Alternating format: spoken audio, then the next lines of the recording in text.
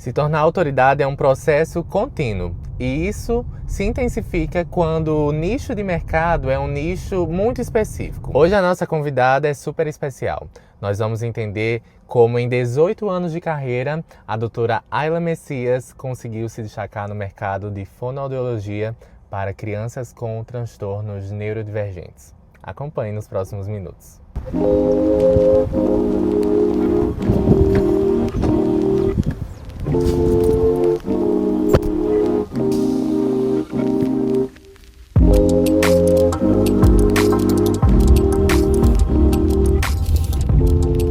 Doutora Ayla Messias, bem-vinda! Muito obrigada, Thiago. Olha, gostei que você veio nos trinques hoje, viu? Toda chique. Tentando fazer jus àquilo que nós queremos que aconteça, né? Que bom, eu fico muito feliz por você ter aceitado esse convite. Nós já estamos aí caminhando há algum tempo juntos, né? No seu posicionamento, na sua comunicação. E hoje eu quero que mais pessoas conheçam sobre você, mais pessoas conheçam da sua história, que é uma história riquíssima. E a gente vai compartilhar aqui um pouco dela. Obrigado por ter aceito esse convite. Obrigada a você pelo convite. Coisa boa. Sou grata, já te conheço, já trabalhamos junto há algum tempo. E eu espero que a gente continue a trabalhar por muito, muito mais tempo ainda. Que bom. Vamos lá, doutora Ayla. Hoje a gente vai bater esse papo aqui juntos. Por quê? E nessa pegada de estar em movimento mesmo. Porque eu imagino, e eu sei, na verdade, que uma boa autoridade, ela nunca para. Ela está sempre se movimentando, está sempre em evolução, está sempre sendo construída. E é isso que eu vejo em você. E eu queria que você começasse me contando um pouco da sua história. Da sua história como profissional, como você chegou na fono, me conta um pouquinho disso. Eu cheguei na fonoaudiologia, já vai fazer 18 anos, Sim. Mas eu comecei antes outras áreas, fiz serviço social, concluí, mas não cheguei a atuar, tentei enfermagem, comecei e abandonei. E depois comecei a pensar na fonoaudiologia e hoje eu me pergunto se eu encontrei a fonoaudiologia ou a fonoaudiologia me encontrou. E quando decidi ir para a fonoaudiologia, era uma área que eu já vinha pensando muito, é uma área que abrange várias outras áreas. A fonoaudiologia não é só fazer uma criança falar, como muita gente pensa. Então tem várias áreas, tem a área da fala, tem da linguagem, da comunicação, enfim, muita audição, muitas outras áreas. E eu pensei, a princípio, logo quando eu terminei a faculdade, já terminei junto com uma pós-graduação em motricidade oral, porque eu queria trabalhar com adulto na parte da estética. Então eu estava muito convicta disso e comecei. Você sentiu esse desejo na faculdade, assim? Senti na faculdade. Conhecer esse mundo da estética também por lá e aí... Isso, e porque quase no terceiro ano eu já entrei para fazer uma pós-graduação, que eu já ia terminar junto com o curso. Então era o que eu queria e na minha cabeça era isso que eu queria e também ia ser mais fácil trabalhar com adulto, porque geralmente é um público já adulto que você atende. Pensei muito na área da voz e comecei a trabalhar também com voz, né? Trabalhei um período na Assembleia Legislativa, então todo profissional da voz que se preza passa hoje pela uma fono, seja cantor, seja um advogado, professor, político, enfim. E até hoje, com tantos palestrantes também, né? Eles precisam também... Pois é, os próprios palestrantes. Eu mesma, como fono, tem momentos que eu estou precisando fazer esses exercícios, porque a voz é o nosso é um instrumento de trabalho, sim, e envolve muita coisa, movimentos musculares, abertura de boca, enfim, N processos são envolvidos. Mas chegou um período que eu fiquei pensativa se eu deveria entrar ou não para a área infantil. E eu comecei a trabalhar em uma clínica e lá o público maior realmente era o infantil. E então hoje eu atuo com o desenvolvimento infantil, com foco em crianças neurodivergentes. E o meu trabalho, ele vai muito além do consultório ou da clínica, né? Eu acompanho essa criança, acompanho a família e os ambientes onde ela é inserida. Faço as visitas escolares, porque eu entendo que para você evoluir, para que esse desenvolvimento aconteça, ele tem que começar individualizado, sim. Tá.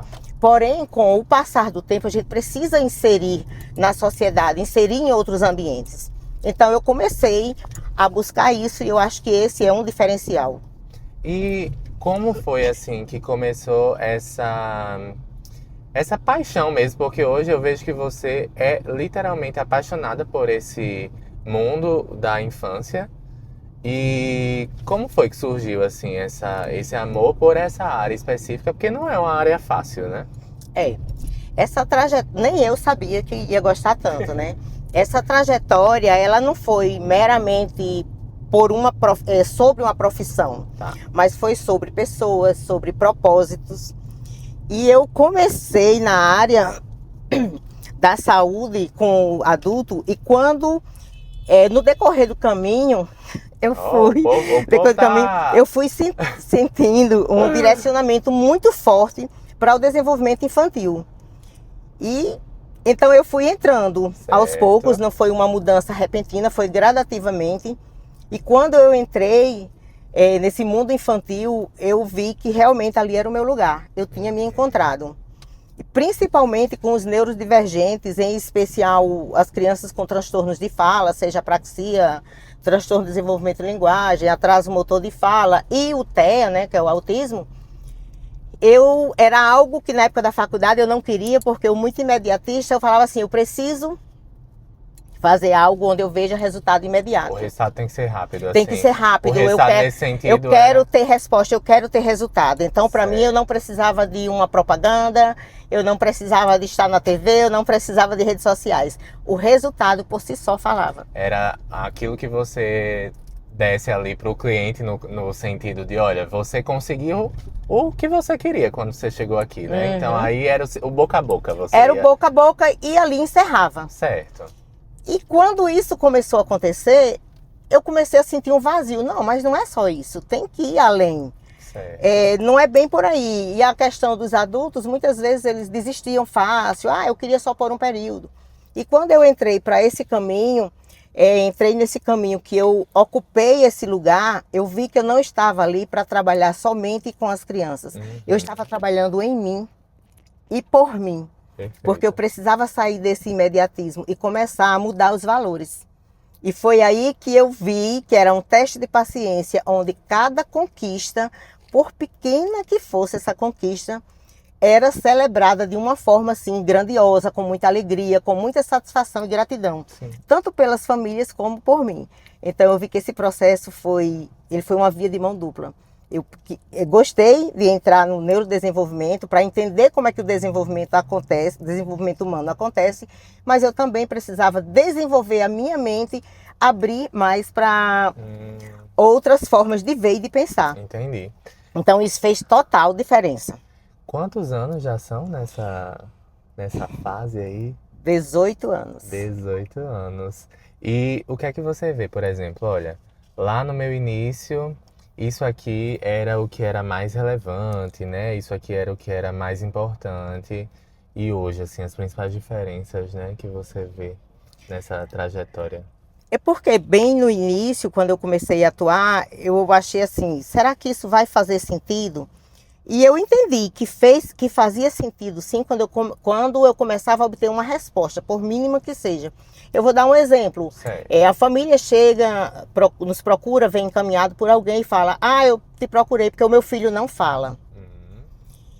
E eu começo a explicar que a fala, ela é somente uma consequência. Sim. Antes da fala, ele precisa ouvir, ele precisa fazer um contato visual, ou seja, tem pré-requisitos que antecedem a fala. Tá. E quando eu comecei a ver dessa forma e passar isso para a família, eu comecei a cada vez me posicionar mais, porque antes ele dizia assim, eu vim aqui porque eu quero que meu filho fale. Eu dizia, pode deixar que eu vou fazer seu filho falar. Ou seja, você Então era vinha... muita audácia, eu não falava nem de pré-requisitos. Eu não perguntava nem se a criança fez um exame auditivo, se escutava. Se ele Era não escuta, ele até, não vamos dizer fala. assim, um certo medo da reação dos pais ali, Exatamente. ou de como eles realmente, será que eu vou realmente ficar ali com ela como a minha fono ou não, né?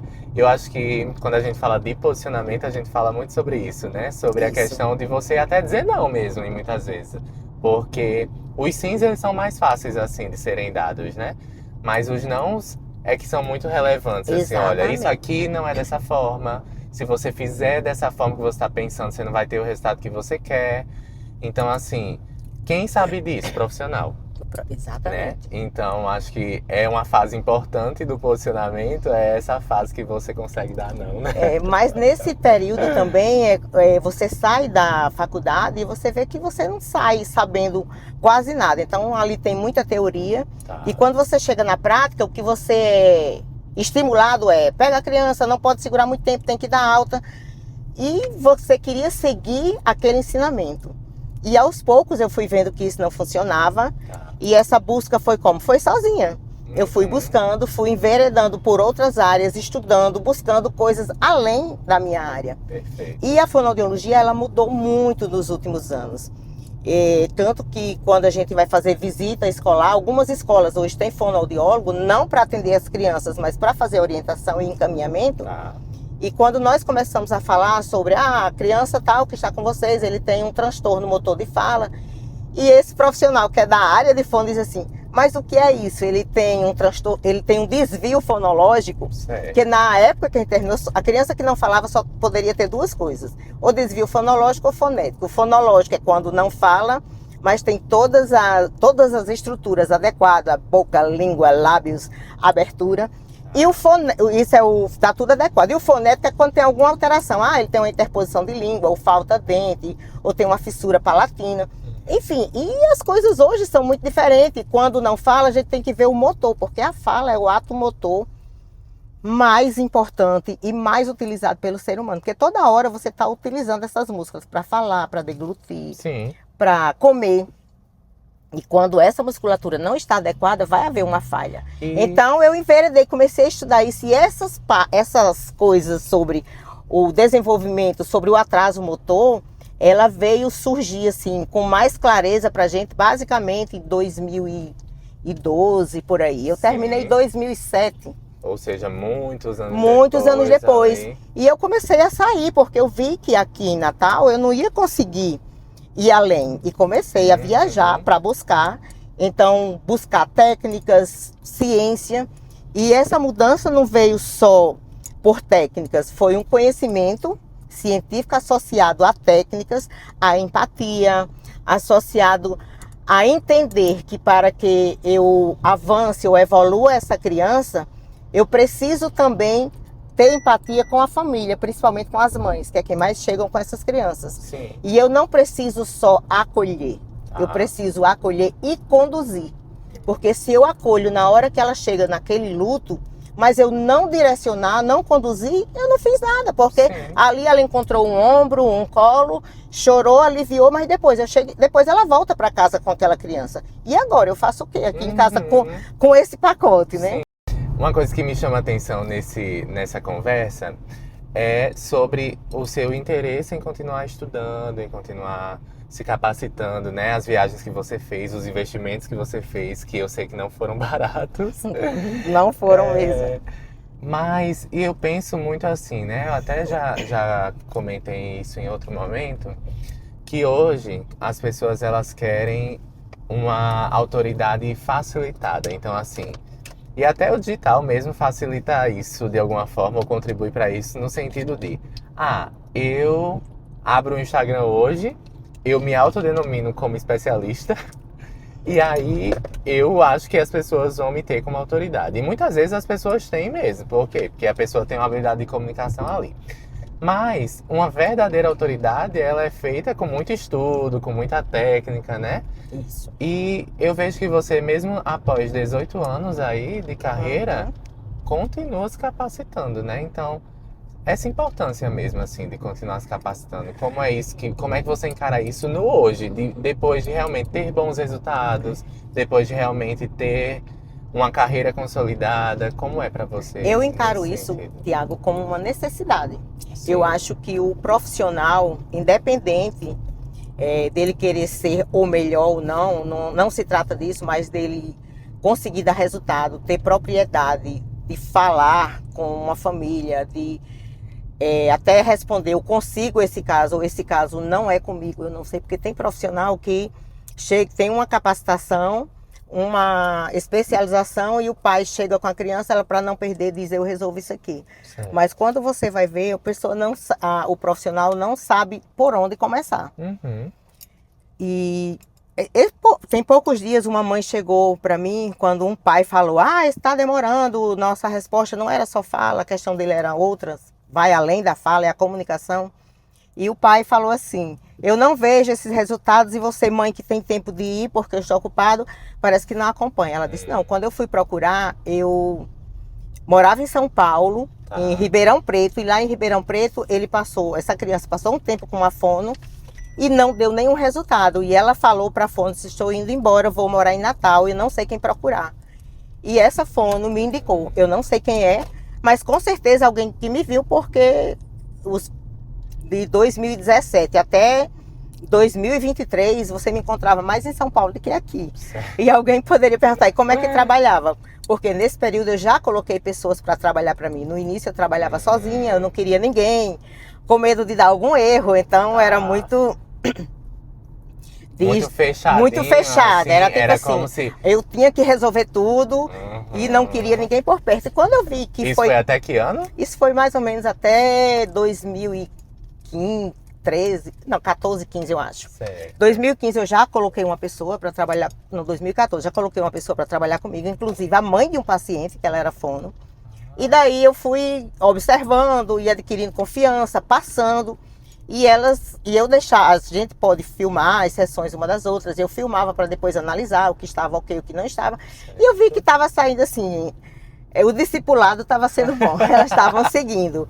Então depois contratei outra e minha filha, que sempre quis entrar em fono, que eu não queria, ela também, assim como eu, fez 2 faculdades antes de fazer fono e foi entrando. E hoje assim, eu já consigo estar ausente da clínica por um período, porque eu já sei que tem alguém que vai dar seguimento, que vai continuar os cursos que eu fiz de algumas técnicas, né? Como, vou citar aqui uma técnica que é específica da fonoaudiologia, certo, que é o PROMPT.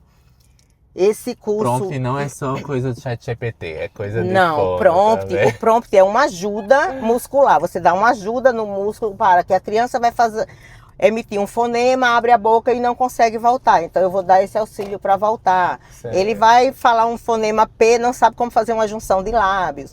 Enfim, é um curso que ele só tem fora, mas veio para o Brasil e no primeiro ano que veio para o Brasil eu já fiz o primeiro.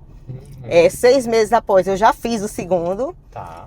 Então eu já fiquei no nível que eu queria, porque só existe os 2. Então qual a fono em Natal que tem os 2 cursos, o Prompt e o Bridge? Só você. Só eu, depois algumas outras pessoas fizeram, porque era caro, era pago em dólar. Tá. Agora ele já barateou mais e minha filha já fez. E hoje ela já sabe fazer isso sem precisar da minha orientação.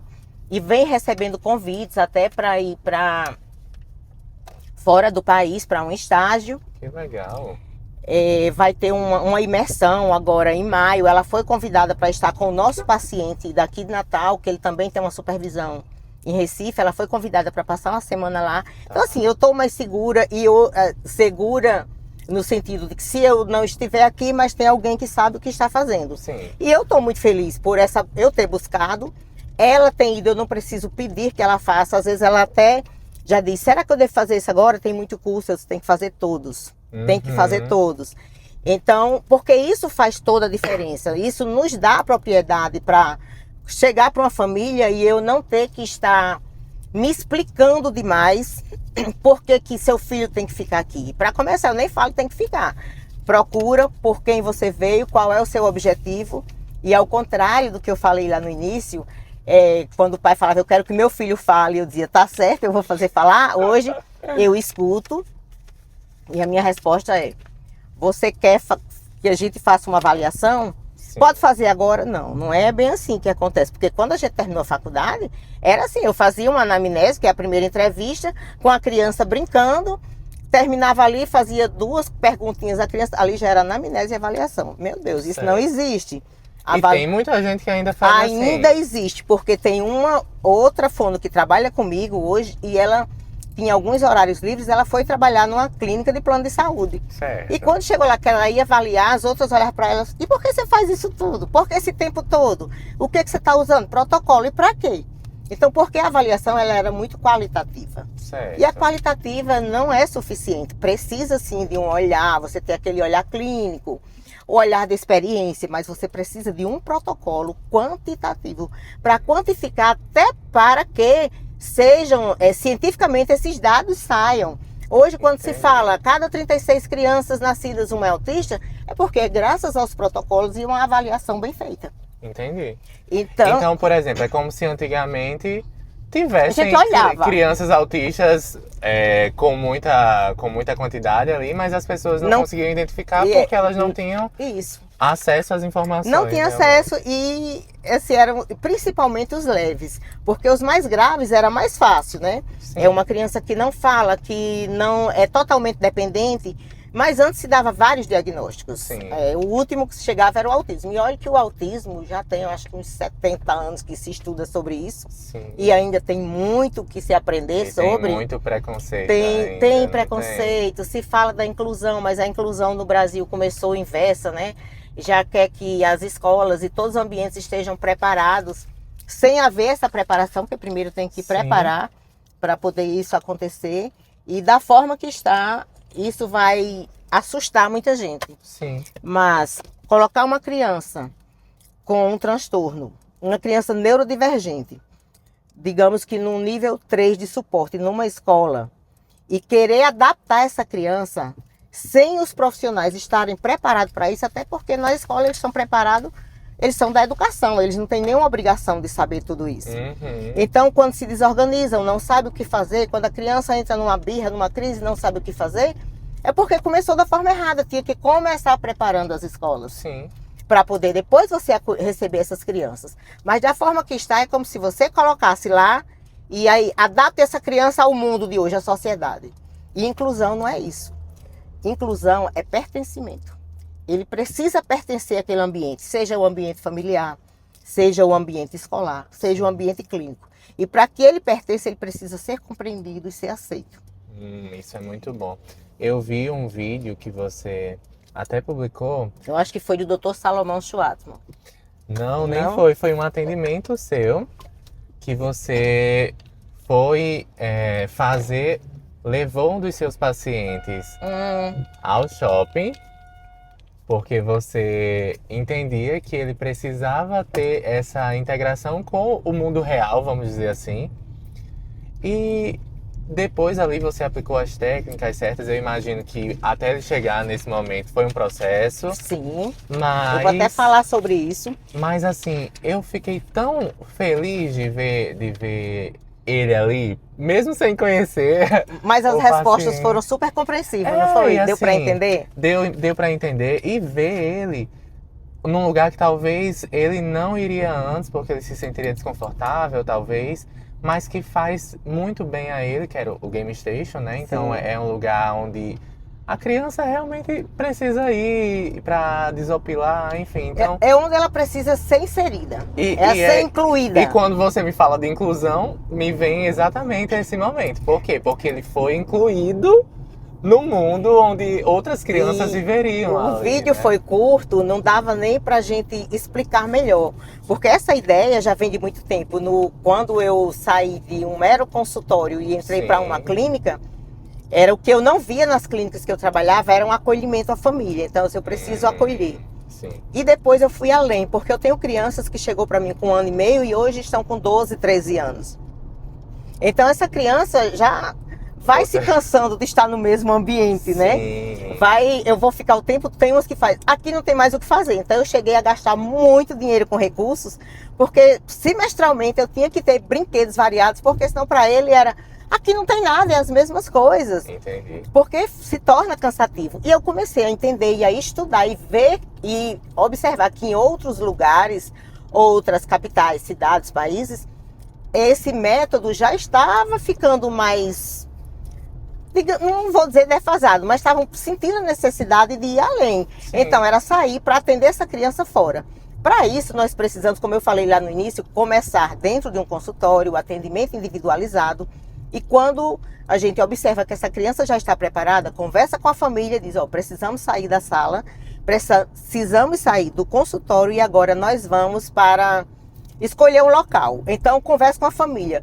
O que que você gostaria, ou qual lugar você gostaria que ele fosse? Sim. Ou que vocês encontram dificuldade. E geralmente os pais relatam. Então, no caso daquele paciente, olha só, ele tem muita resistência ao barulho no Game Station, porque tem crianças que têm essa sensibilidade, né? Que é bem sensorial. E vocês poderiam começar por lá. Então, nós vamos colocar um dia da semana que tenha menos movimento, já para evitar esse choque para ele, né? E ele também faz nutrição, porque ele tem seletividade alimentar. Então, eu também gosto dessa parceria do trabalho em equipe interdisciplinar. E combinei com a nutricionista. E falei com a mãe, então nós vamos, assim que o shopping abrir, às 10 horas, porque é um horário que tem pouca gente, vai ter pouco barulho, e a gente já fica até o horário do almoço para ver o que ele vai conseguir comer por lá. Então, casou direitinho.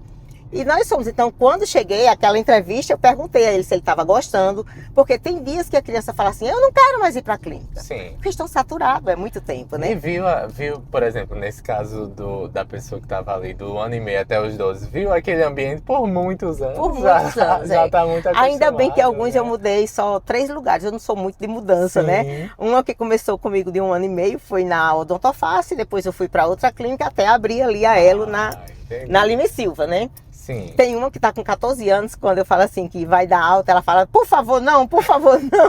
É a segunda casa dela. Mas voltando para a criança, então nesse dia nós fizemos o quê?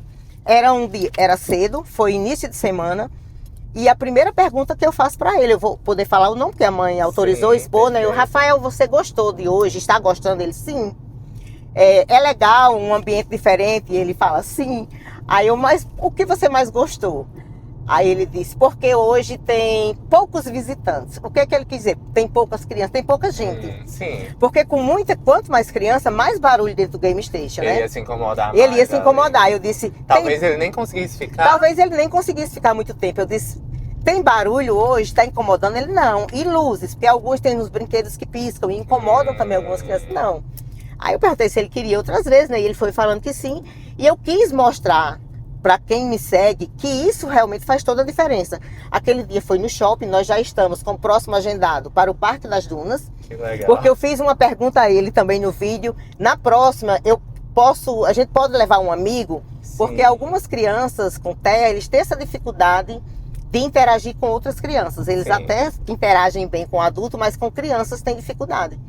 Aí ele falou, pode levar um amigo. Eu disse, quem escolhe o amigo, você ou eu? Sim. Porque eu esperei ele dizer que já o conhecesse, que ele tivesse muita afinidade, que sabia que com aquele ele não iria ter problema. Mas me admirou quando ele disse, não, você pode escolher. E sabe, essa informação é uma surpresa pra mim, porque eu imaginei que o natural seria ele dizer que você podia escolher, porque ele queria meio que se abster daquela responsabilidade. Não, sabe? Às vezes vem uma insegurança deles também. Ali foram trabalhadas várias coisas.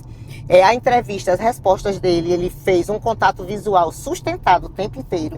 Ele não ficou girando a cabeça, fugindo o olhar. Então a gente já foi pontuando na nossa evolução. Nós trabalhamos a sentença, as respostas. Teve respostas curtas, mas teve uma sentença equilibrada. Observamos que deu para os outros entenderem, quem não trabalha, porque é muito fácil para eu falar assim, eu entendi porque eu estou quase que diariamente com ele. Sim. Mas alguém de fora poderia não entender. E ficou claro que foi bem inteligível, sim. Trabalhamos a questão do perder, porque ele não aceitava perder. Então ele foi no Game Station e jogou com o Babi primeiro, que é quem atende ele. Sim. Depois jogou comigo. E quando ele estava jogando comigo, eu sou péssima nesses jogos, né? Aí eu disse, eu já perdi. Ele disse, não, perdeu não, continue. E eu continuei. Ele disse, pronto, você já ganhou. Isso sorriu. Eu disse, nossa, que conquista. Que quando eu filmei, pequenas coisas que mandei pra mãe, a mãe responde com um monte de carinha chorando. Entendi. Porque ele não aceitava perder nem do pai, nem de ninguém. Ela disse, meu Deus. Aí eu perguntei novamente, o que você gostaria de fazer no próximo? Ele disse, McDonald's. Aí eu disse, não, McDonald's nós vamos fazer hoje. Porque ele não come quase nada. E quando a família quer sair para almoçar fora, ou jantar, ou comer fora, geralmente tem que ser no McDonald's, porque ele só come a batata do McDonald's. E só a batatinha, ele não come outra coisa.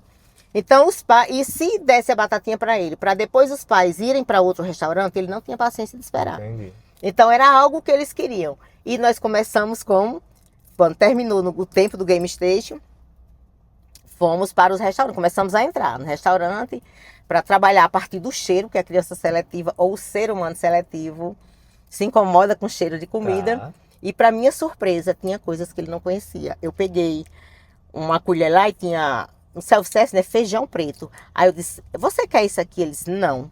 Mas você sabe o que é isso? Ele disse, isso é chocolate? Meu Deus. A criança não sabia o que era. Porque ele se tornou um feijão tão preto. seletivo que até... É que só vê aquilo que ele gosta. Porque o autismo é Entendi. isso, a gente foca naquilo que a gente gosta. Uhum. É o hiperfoco, é a repetição. Entendi. Repetição é o hiperfoco, né? Entendi. E passamos por 3 e mostrávamos a batatinha.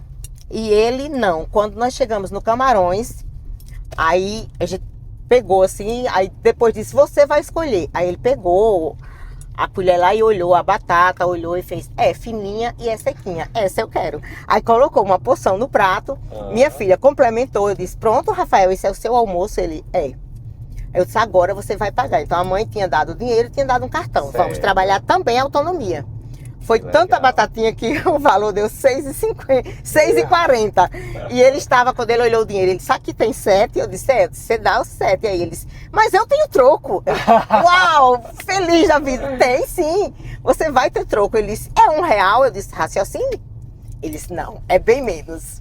Então nós Nossa, ganhamos que muito com isso. legal. Então você entende, quando eu falei lá no início, que essa mudança do adulto para ir para a criança, eu gostei de estar com eles, mas para mim foi um aprendizado, porque Sim. eu comecei a valorizar essas pequenas coisas. E antes só dava valor a coisas grandiosas, e não é bem por aí. Isso que você tá me falando mostra também o porquê você é uma autoridade no seu nicho, assim. Por quê? Porque quantos profissionais ou quantas profissionais iriam fazer isso que você faz? E olha, o meu método realmente é um método que vai além do consultório, é além da clínica, é um método que vai ver o todo da criança, assim, porque você quer a evolução dela completa. E isso realmente fortalece a autoridade que você tem. Tem uma história que você me contou há um tempo que para mim é muito marcante e que eu queria citar aqui, que é de uma criança cuja mãe, ela morava, acredito que em Goiânia, Goiás, alguma coisa Morava nesse fora, sentido. era. E aí ela veio para Natal, morar em Natal por um certo tempo, Um ano. para que o filho fosse atendido por você. Ou seja, olhe o nível de autoridade que você tem E de responsabilidade. e de responsabilidade. Porque você não tem noção como isso pesava sobre mim, a responsabilidade. Sim. Perfeito. Porque quando o caso é mais grave, era uma criança num nível de suporte elevado, e quando a gente não conseguia muita coisa, isso mexia muito comigo, e eu ficava em cima das meninas, da equipe toda que atendia. Gente, vamos lá, vamos dar resposta. Essa família está tendo um custo muito alto, morando aqui, trouxeram toda a família, veio o pai, a mãe, o irmão, Certo. mais uma avó, enfim, e era tudo, como é tudo particular. Isso me preocupava. Mas aos poucos eu fui entendendo que nem tudo dependia só de mim, né? Então depende do quê?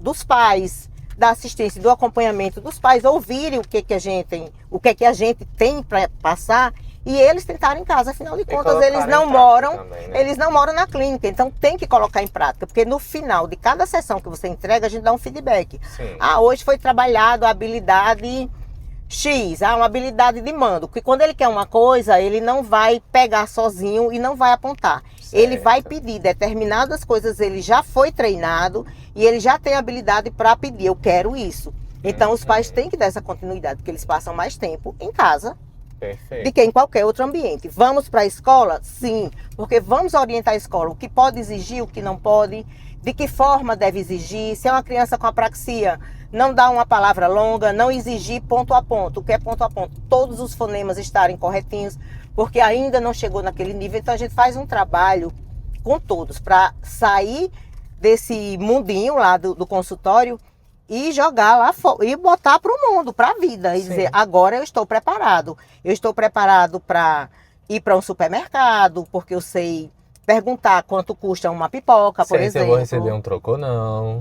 Vou receber um troco. A gente trabalha muito, a gente compra muito um brinquedo que é um caixa. A gente chama, o nome é caixa mesmo. Aí vem moedas, vem cartão de crédito E tudo de plástico. E vem o dinheiro. Então a gente começa trabalhando o dinheiro, o valor do dinheiro vem de R$ 1 até R$ 200, as Certo. cédulas, né? E a gente começa trabalhando. Então vamos hoje brincar, sabe de quê? De quitanda. Nós vamos montar aqui e você vai ser o dono da quitanda e eu vou comprar frutas. Então a gente vai dando dinheiro e vai treinando. Como é que faz a troca? Ou como é o troco? Como é que você vai pesar isso? Quando a gente vê que ele está preparado, o que a gente faz? Leva ele ao supermercado. Eu gosto muito de levar no Sam's. Tá. E não fica só numa brincadeira. Antes eu converso com a família, só vai fazer alguma compra, dia tal nós queremos ir para o supermercado com seu filho, faça uma lista do que precisa para ele comprar. Você vai, fica lá à distância e a gente vai fazer isso. E a gente fazia, olha aqui o que sua mãe está pedindo, 8 sucos não sei de quê, 10 laranjas. E para minha surpresa, uma vez uma criança olhou o abacaxi, fez o que é isso? Eu disse, com o que isso parece? Parece um abacaxi, porque eles viam o abacaxi em desenho, miniatura, de né? brinquedo. Eu não uso nem só as fotos, nem o desenho, eu uso o brinquedo 3D mesmo. Certo. Então já era diferente. Então você pega, e ele pegou, sentiu a textura, então coloca o abacaxi. E no final ele tinha direito a escolher alguma coisa que ele quisesse, e ele gostava de massinha, ele escolheu uma caixa de massinha, de modelar. Entendi. E quando chegou, e estava na hora de ir pro caixa, eu liguei para a mãe, então a mãe veio, eu falei assim, ó, você dá o cartão, faz ele colocar, eu vou sair de perto, você vai falar assim no ouvido dele, ele vai digitar. Eu estou trabalhando o quê? Autonomia. Sim. E a criança fez tudo isso. Quando terminou, disse que queria lanchar. Então fomos lanchar. E para pedir a mãe, olha, não, você não vai falar, ele vai pedir. Geralmente eles ficam mais tímidos e falam muito baixinho. Aí eu chamei, moça, por favor, baixa aqui, vem aqui mais perto, escuta o que ele está pedindo. E ele queria um pão de queijo com suco de laranja. Então a gente trabalha essa autonomia e a mãe olha e olha pra gente e chora. E eu fico emocionada, já quero chorar junto. E começa a valorizar. Então não tem como não ser apaixonada por esse mundo. E poder dizer, de onde você tirou isso? Onde é o livro? Qual literatura fala sobre isso? A abordagem, a ciência ABA, que é a análise do comportamento aplicado, diz que para você trabalhar uma criança com autismo, precisa trabalhar em ambientes diferentes. Certo. Casa, escola, clínica. E hoje é uma grande luta com os planos de saúde que tem que pagar, que eles não concordam com isso, querem pagar só na clínica. Mas entende-se que treinado só em um ambiente, ele não generaliza. Certo. Porque o cérebro do autismo, ele funciona de uma forma diferente. Então a gente tem que treinar em ambientes diferentes. Para quê? Para treinar para a vida, porque ele vai crescer, vai se tornar um adulto. Então você vai adaptar só aquele ambiente ali. E vai se adaptar. Então tem crianças que chegam e falam assim, é só eu e você na sala, né? Porque se chegar outra criança, ele faz, eu quero ir para outra sala. Entendi. Agora você imagine ir para um aniversário, que são convidados, Sim. a família receber alguém em casa, a dificuldade que eles têm, que essa família enfrenta. E em casa, digamos, mora o pai, a mãe e essa criança com T. Então é uma casa num clima mais silencioso. Isso já é relato de mães também. Tá. E teve um período que a mãe recebeu uma família que veio de fora e vieram 3 crianças. No início ele ficou bem feliz, mas quando passou no segundo dia, ele já foi pro quarto, batia a cabeça no chão e se enrolava todo na cama, chorando. Eu não aguento mais esse monte de gente nesse barulho. Então, por isso que eu entendi, precisamos sair e trabalhar fora. Precisamos levar as crianças para a rua, para poder ser generalizado. Isso é muito É esse bom. aprendizado, sabe? E eu entendo que só a técnica, ela não funciona. Uhum. Ela, por si, ela não se sustenta sozinha. É trazer essa humanidade Pois mesmo, é, assim, precisa da técnica, atendimento. precisa né? da ciência, precisa da técnica, precisa da humanização, precisa do acolhimento e a forma de conduzir. Porque Entendi. só você ter técnica por técnica Não é suficiente. Não é ali. suficiente. Ou outra pessoa teria aquela técnica de alguma forma, né? Mas Exatamente. o seu diferencial vai além dessa técnica, vai realmente falar daquilo que só você carrega. Hoje, que só não, você... hoje não só, mas hoje eu já vejo algumas pessoas, alguns profissionais fazendo isso. Certo. Levando para o shopping, mas que bom. Eu gostaria que todas as clínicas fizessem isso, porque quem se beneficia é a criança e a família. Perfeito. Porque até quando você vê uma criança evoluir, você vê uma família mais feliz, você vê uma família mais tranquila, porque eles sempre estão muito ansiosos. Você trabalha uma habilidade, eu quero que meu filho aprenda a vestir um short só. Uhum. Sozinho, veste, agora eu quero a camisa. Não, agora eu já quero que ele escolha, eu quero que ele faça. Sempre vão querendo mais. Ok, eu me coloco nessa posição também de mãe. Mas tem umas que já exigem e esquecem de olhar o que já foi trabalhado e o que já aprenderam. As evoluções. As ali, né? evoluções. Aí precisa a gente sentar e mostrar. E o bom do relatório é, você lembra quando ele chegou aqui, ó, trabalhamos isso, Você ele vai não tinha. mostrando as E eu vou evoluções. mostrando. Aqui ele precisaria atingir 80%, ele atingiu 20%. Agora ele já atingiu 60%. Foi um salto. Perfeito. Não foi uma evoluçãozinha qualquer. Mas ele já está apto, ele está nivelado aos pares, ou seja, as crianças típicas da idade dele. Não está porque ele tem o transtorno e sempre a gente vai buscar aproximar ao máximo. Mas Certo. lógico que eles vão precisar ainda desse suporte. E esse suporte é por tempo indeterminado. E doutora Ila, para a gente falar sobre a questão de preconceito mesmo, né? Ainda existe muito preconceito em relação às crianças que têm esses transtornos. Como a sociedade, por exemplo, poderia ajudar a essas crianças, a eles terem realmente um convívio mais tranquilo em sociedade mesmo, assim, como a gente poderia ajudar?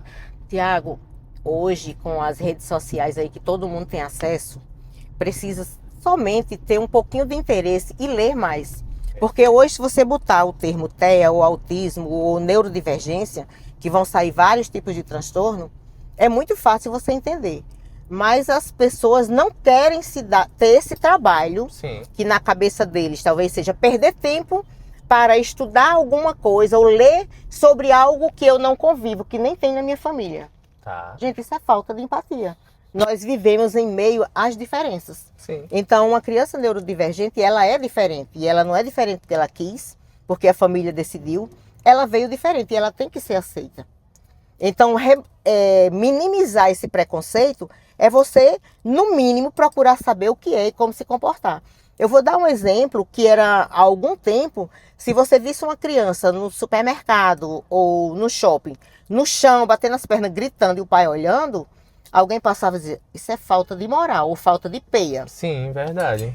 E muitas vezes não é. Aquela criança se desorganizou por algum motivo e ali não tem muito o que você fazer.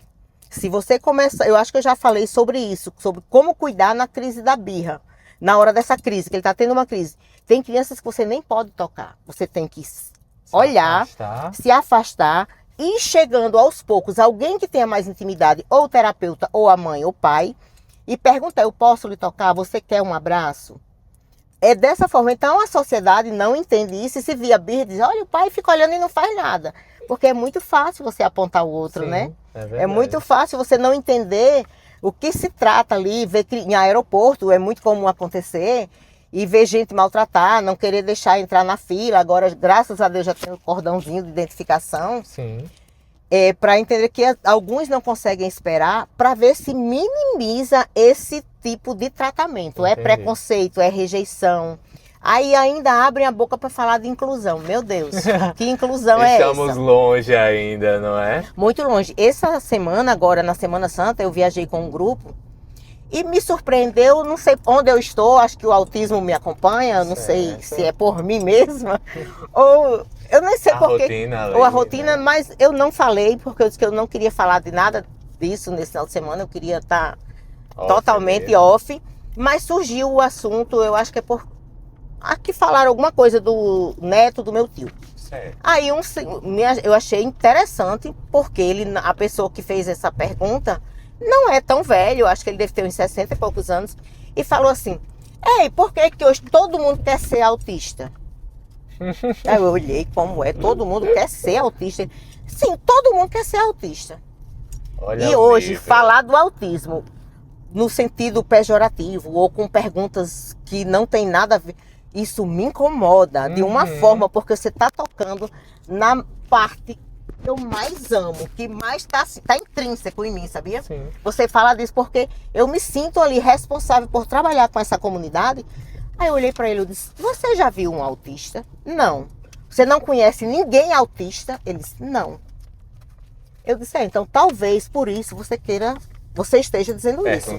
Porque essa pergunta de todo mundo querer ser autista, eu tenho escutado muito, a pergunta é, por que o autismo tem crescido tanto?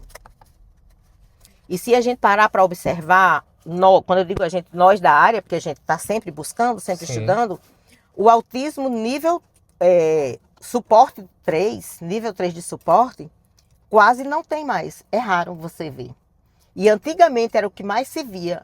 Que eram pessoas que não tinham essa nomenclatura do autismo. Dizia, tem um filho débil mental, tem um filho doido, entendi. tem um rapaz que tem não sei quantos anos, fica preso dentro de um quarto. Isso provavelmente foi a falta de um diagnóstico, que deveria ser um autismo nível 3 de suporte. Sim. Mas o autismo nível 1 de suporte é o que mais tem aparecido. Mas aumentou porque não já existia e não se detectava.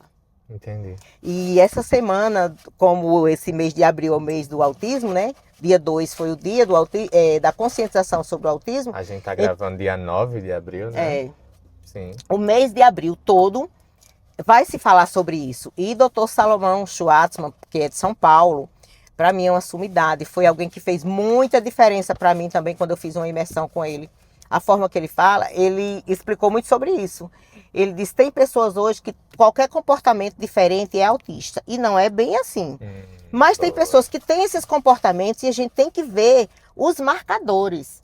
Se ele tiver 5 marcadores ali, então ele é autista sim. Certo. Mas aí entra a negação, às vezes é preconceito da própria família, não pode dizer, ninguém pode saber, porque é quase imperceptível. Pode até ser quase imperceptível se você trabalhar para ele se manter ali ou ir cada vez mais evoluindo e melhorando. Agora, se você não trabalhar, ele pode realmente apresentar mais marcadores e fica muito perceptível e a família vai levar uma culpa de descasos, tem um descaso com o filho ou não sabe criar e não sabe educar. Por isso que o nível 1 de suporte é o que a gente vê assim, nessa crescente o tempo todo. E ultimamente temos visto muitos adultos sendo diagnosticados, se colocando dentro disso aí. E a partir desse comentário na viagem, uma mulher olhou para mim e falou, me observe, será que eu tenho... Eu ri. Aí eu falei, todos nós temos alguma coisa. E o TDAH, aí começa o TDAH, e enfim, vão fazendo muitas perguntas, mas... não param para observar antes Então, assim, de fazer um julgamento. Eu até ia falar, pode até ser uma coisa boa eles estarem perguntando, assim, obviamente, não em tom pejorativo, quando as perguntas acontecem de uma forma não com um tom pejorativo, mas é isso que você está falando, né? Só a pergunta, ela não é suficiente. Não é ela suficiente. Precisa vir com observação. E querer ouvir, porque às vezes eles perguntam e querem uma resposta sim, não. E para você explicar, leva um tempo, porque para eu identificar pelo menos 5 marcadores, eu tenho que conviver, né? Sim. Então, a gente convivendo lá esses 5 dias, deu para mim observar alguém e, segundo minhas amigas, diz, não é muito bom estar perto de você, porque você... já sai diagnosticado. Você não chega, diz assim, eu vou conhecer Tiago hoje, não. Ela diz, você chega e olha e diz assim, eu vou analisar Tiago. Você já faz uma análise. Como é que ele se comporta, se ele olha, se ele sorri. Que entende comportamento humano. Não tem como, não tem como. Então fugir, eu vivo isso e eu não faço isso só com o outro, eu faço comigo. E quando eu me identifico Sim. em muitas coisas, eu também tenho minhas crises, eu também tenho meus momentos de choro. Por que que eu tô assim? Por que que meu limiar de frustração tá tão baixo? Sim. Eu tô me frustrando com isso, não deveria, eu não posso passar isso para ninguém. Sim. Hoje eu não tenho vergonha de passar, eu tenho TDAH diagnosticado. Em pesquisa para o TEA, porque o TDAH hoje, segundo a ciência, está entrando dentro do autismo, né? Certo. Porque o autismo é o quê? Transtorno do espectro. O espectro são muitas, pode ter muitas comorbidades. São muitas esferas, vamos São dizer muitas assim. esferas, então cabe muita coisa. Então, por exemplo, você tem TDAH? Sim, porque eu sou hiperativa, eu absorvo várias coisas ao mesmo tempo. Mas eu não sou só hiperativa, eu sou resolutiva, eu sou proativa. Sim. Mas o que mais teria para o TEA? Eu tenho seletividade. A seletividade alimentar, eu sofri esses dias na viagem, porque eu não conseguia encontrar o que eu gosto. Comida certa. Seletividade com roupas. Ontem faltou uma das fonos, aí minha filha ligou e disse, tá chegando criança, você vai ter que vir para atender. E é algo assim, hoje eu quase não sento mais para atender. Certo. Eu tinha saído de casa com um vestidinho básico, eu vou voltar logo e troco essa roupa. Só que eu cheguei lá às 9, eu só saí quase 5 horas da tarde. Eu acho que eu até falei com você. Sim. Gente, tinha uma etiqueta nesse vestido. Esse negócio começou a me incomodar. E eu só fazia assim na cadeira. Eu era atendendo e passava na cadeira. Teve um momento que eu disse: segura esses meninos e me dá uma tesoura. Eu preciso tirar esse vestido. Vou no banheiro e arrancar essa etiqueta. Porque me incomoda. Então, tem etiquetas que incomodam mais uns do que outros, mas em mim é qualquer etiqueta. Sim. Quando eu cheguei em casa, que a gente foi ter nossa conversa, né, que ia ter aula, e depois eu fui treinar. Eu rápido para treinar, que já tava, o dia tinha sido super puxado, atrasado. Sim. Quando eu olho a camisa, a que eu tava bem aqui, comecei a coçar e ficar vermelho. Eu disse: essa camisa não é nova, tem alguma coisa errada. Eu tinha vestido do lado contrário e tinha a pontinha da etiqueta. Isso aqui ficou vermelho. Meu Deus. E a minha personal rindo. Então, esses marcadores a gente só observa no dia a dia. Então, eu observo na pessoa que convive comigo. Sim. Eu convivendo com você, eu posso sim observar algumas coisas, mas nem tudo é o autismo, porque existem muitos transtornos. Não dá para diagnosticar. Não dá para assim. diagnosticar assim, como se você tivesse uma bola de cristal, mãe de nada, diz é isso. Quem tá assistindo a gente, não dá para diagnosticar. Não dá para diagnosticar. Pra uma profissional. Outra coisa que eu ouvi muito, graças a Deus: ei, eu tenho um sobrinho assim, o filho da minha prima assim, você pode dar uma olhadinha? Ai, meu Oi. Deus, gente, pelo amor de Deus. Eu vou dar uma olhadinha primeiro. Vamos...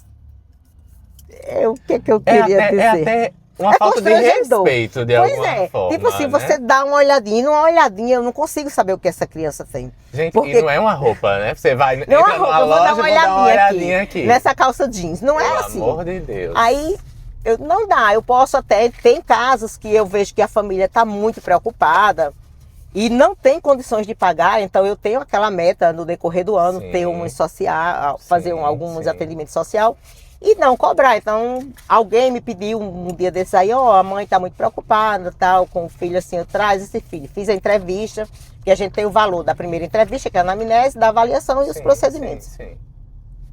E eu falei assim: não vou cobrar, manda. Fiz a entrevista e a criança já começou a ser avaliada. E estamos aguardando concluir a avaliação para ver se fecha algum diagnóstico, porque às vezes a gente ainda fica na hipótese diagnóstica, quando a criança é muito novinha, 2, 3 anos, ainda é difícil você fechar o diagnóstico, porque tem diagnósticos, tem casos que é uma linha muito tênue, são muito parecidos. O autismo, o TDAH e a apraxia, nas crianças assim dos primeiros anos, são muitas coisas em comum. Você olha, tem no TEA, tem na apraxia e tem no TDAH. Certo. Então, não tem como fechar agora. Então, a gente continua trabalhando vindo da pior situação, digamos, do caso mais grave, e a própria criança que vai respondendo, de acordo com a sua evolução. Porque, infelizmente, não existe um diagnóstico para o autismo feito por imagens, por exames. Ainda tem que se estudar muito para ver se chega a isso. Então, é o dia a dia. Mesmo, é um processo, né? Do dia a dia, dos acontecimentos, dos comportamentos, como eles são apresentados, que você vai excluindo ou colocando dentro desse transtorno. Perfeito. Então, é bem difícil. Doutora Aila, uma coisa que você me chamou a atenção, e eu já vou aqui para a gente seguir para o nosso encerramento, queria lhe perguntar uma coisa. Por exemplo, você me falou, né? Olha, eu consegui identificar, eu tenho TDAH, por exemplo, e eu acho que muitas vezes, né, a gente falou dos preconceitos, e a gente vê muitas pessoas, por exemplo, falando da questão, as crianças que têm talvez algum transtorno, elas não vão ser profissionais bem-sucedidos, e a gente vê que isso não é uma realidade.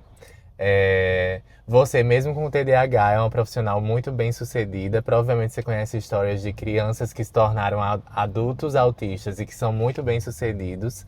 Muitos. E falando assim da questão negócio mesmo, né? Como é hoje para você essa questão ser empresária, liderar a equipe, e nesse contexto, né, de liderar um negócio dentro da área que atua aí com crianças com esse transtorno, como é essa rotina aí empresária mesmo?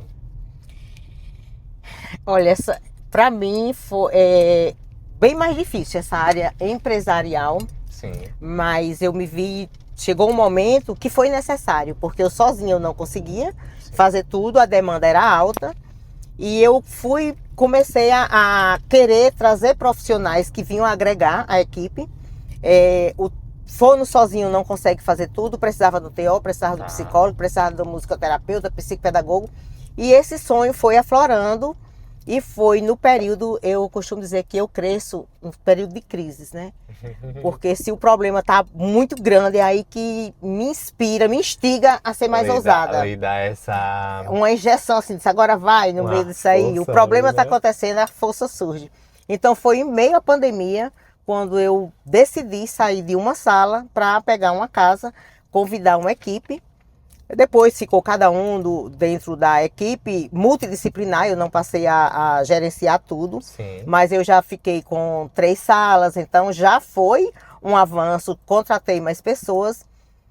E no início a coisa começou, como tudo no início é muito bonito, é muito romântico. É bom que agora eu vou administrar, assim. Mas eu não conseguia sair da minha área, que era atender, que era observar, que era acompanhar. E não era só uma criança, era a criança e uma família. Então foi crescendo, assim, era coisas demais, informação demais para mim. E eu tinha que começar a me afastar de alguma coisa. E eu não conseguia tirar o pé de dentro da clínica. Eu chegava às 7 da manhã, saía às 7 da noite. Lá era a minminha casa. Eu ia no meu apartamento só dormir. No início foi tudo muito bonito, muito bom. Mas chegou um momento que eu comecei a cansar e as exigências vão aumentando. Mas se você perguntar, você faria tudo novamente? Sim. Eu faria tudo novamente e ainda sonho ir além. Acho que meu espaço está pequeno, eu preciso fazer mais, não só por mim, eu preciso fazer mais pelo Estado. Eu penso em abrir em outros locais, não sei como, na linha particular eu sei que está bem difícil, SUS, alguma coisa, não fazer o que está para acontecer aí essa semana. Vou aproveitar aqui para dar uma alfinetada. Vai ter lá perto da árvore de Mirassol, vão montar um stand lá para as pessoas levarem criança com autismo, não sei o que. Gente, para quê? Para passar lá, passar numa fila, olhar, dizer se tem ou não, porque não tem uma avaliação concreta, e depois enviar para onde? Sim. Quem está recebendo o SUS recebe. O mais importante é o acompanhamento, como você falou. Os planos, porque só um diagnóstico sem intervenção, vocês só estão perturbando cada vez mais essas famílias. Dizer, só vai então trazer o que falta, quando eu digo, eu sonho em abrir um negócio que fosse pelo SUS, é ter um grande projeto onde vem a verba para você administrar, mas atender com coerência e atender no mesmo formato que atende no particular. Uma criança com TEA, ela precisa de terapia diariamente, ou seja, consistência e constância. Perfeito. Você não pode atender uma vez por semana ou a cada 15 dias. Então isso aí já me irrita, porque é um ano de política e parece que estão fazendo isso para dizer que estão muito preocupados com os autistas e na realidade não é nada disso, né? Essa preocupação não é muito pertinente a partir do momento que vai verificar e dizer, tá, então eu vou encaminhar aí para um CRAS, não sei para onde, quando chegar lá não tem vaga. Então, ou seja, não resolve nada. Vamos entender o processo, entender como é que funciona, como é que precisam ser esses atendimentos, para não estar se jogando tempo fora. Perfeito. E principalmente o tempo da família, né? Sim. E se posicionar. E o posicionamento, ele precisa de constância. Sim. O que falta muito é posicionamento. É alguém querer só para pegar, não, minha agenda tá cheia, eu estou sozinha. Seu filho só precisa vir um dia. Sim. Não, gente, não é só um dia. Se você não pode, contrate alguém. Se não quer contratar, então passe para quem tem. Quem tem equipe, não façam isso. É verdade. E uma coisa que eu acho que a gente precisa realmente trazer à tona nesse papo é essa importância mesmo que se dá às crianças, às famílias, que não é algo assim aleatório, é algo que precisa realmente ser feito com cuidado, com as estratégias certas. Exatamente. E pensando nessa sua carreira, assim, uma coisa que você faria diferente e uma coisa que você manteria, isso aqui eu não abriria mão de jeito nenhum. O que eu faria diferente era não convidar profissionais só para preencher espaço. Sim. Teria que ser alguém com o mesmo propósito que o meu, ter aquele pensamento, dizendo, nós estamos aqui com o objetivo de desenvolver, de segurar lá, o problema está acontecendo e não deixar só um se virar e resolver. Não, não é meu, não me pertence. Eu sou atendo mãe, então isso aí você se vire. Eu não chamaria mais alguém que pensasse diferente. Então, o que eu faria? Era conhecer profissionais que que se envolvesse, que gostasse do que faz, que tivesse comprometimento e que não visse assim como eu estou aqui para disputar. Sim. Para disputar um espaço, mas para ocupar. Então hoje eu não vejo, eu abri uma clínica, vai disputar comigo. Não, eu estou ocupando o meu espaço. Pode abrir milhões de clínicas. O seu espaço é seu, o meu espaço é meu. Eu vou ocupar o meu espaço e eu ocupo quando? Não é só quando eu ocupo o campo físico, é quando eu ocupo com respostas, com resultados, com firmeza e não temendo a nada. Perfeito. Então é isso aí que a gente precisa, é ocupar, é se posicionar e ocupar aquilo que você veio para fazer, ou aquilo que você foi chamada ou escolhida. Perfeito, perfeito. Eu gosto muito que você sempre traz seu propósito aí junto. Eu acho que isso é muito importante. E uma coisa que a gente tá aqui, né, conversando sobre a autoridade que você construiu ao longo do tempo, da sua carreira. E eu digo que tudo comunica, né, doutora Ila? Aquilo que a gente fala, aquilo que a gente veste. Aquilo que não fala também, porque tem a comunicação não verbal. É verdade. O carro que a gente anda, não é? Com certeza, também comunica e gera comentários. E gera comunicações boas e ruins. É verdade. E porque hoje... eu já fui vítima disso. Já foi vítima? Eu já. O que levou você a comprar esse carro? Alguém que não tem nenhuma intimidade comigo, nem me conhece direito. Deus. E eu falei, ainda idiotamente respondi, oportunidade. Ai, meu Aí Deus parei e perguntei, por quê? Porque esse carro não é para qualquer um. Aí eu falei, e quem disse a você que eu sou qualquer um? E qual era o carro que você estava a bordo? Eu estava na minha GLB 200 da Mercedes. Olha isso! E hoje a gente está numa EQA da Mercedes também. A STA Motors nos forneceu esse carro para que a gente batesse esse papo de uma forma ainda mais confortável e celebrando também a convidada que você é, né? Porque se nós estamos falando de autoridade, se nós estamos falando de posicionamento, nós estamos falando também de qualidade, de elegância, e Mercedes representa isso. Pois é, então, e se posiciona. E ela por si só fala, com certeza ela não vai se preocupar com concorrência. É verdade. Porque eu entrei na Mercedes, eu acho que em 2019, se eu não me engano. E por 2 vezes tentei sair, mas não consegui. Porque não arredo o pé. Eu não arredo o pé, eu falo, eu vou sair, eu vou mudar. Mas eu leio, eu estudo, eu pesquiso.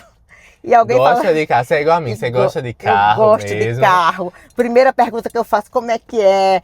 Quantos cavalos tem o carro? Como é que ele funciona? E às vezes olham pra mim, é um homem que tá falando. Não, eu sou totalmente feminina, minha veia masculina é só falar de carro.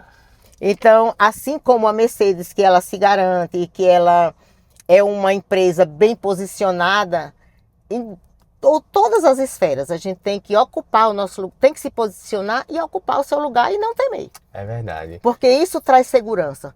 Por que eu não saí da Mercedes? Porque me dá segurança. Perfeito. Você chega no lugar, as pessoas já sabem e realmente fala sobre posicionamento. E, doutora Ila, queria agradecer esse papo, foi muito legal. Obrigada a você, Thiago. Eu gosto muito de ouvir você falar, gosto de ouvir suas histórias, de entender sua trajetória de sucesso e de entender também que é um propósito além do negócio, né? Isso. É sobre as pessoas, é sobre abençoar as vidas das famílias. Então, fico muito feliz porque você topou estar aqui nesse episódio. Obrigada a você pelo convite. Obrigado, gente. Tchau, tchau. Tchau.